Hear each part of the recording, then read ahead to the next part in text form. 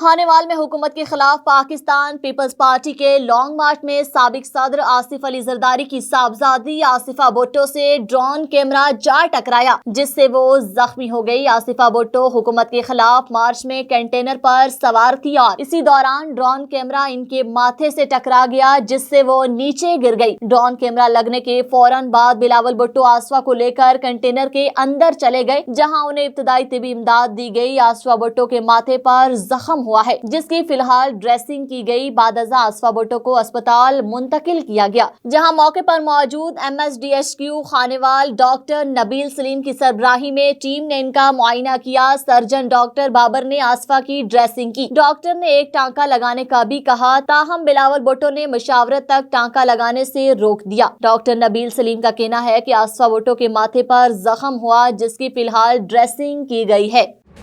हक और सच की आवाज।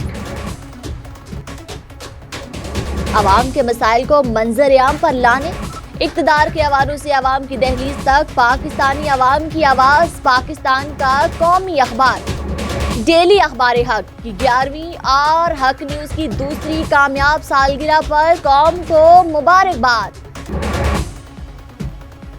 12 कलर सफ़ात पर मुश्तमिल डेली अखबार हक ने एक और संग मील अबूर कर लिया।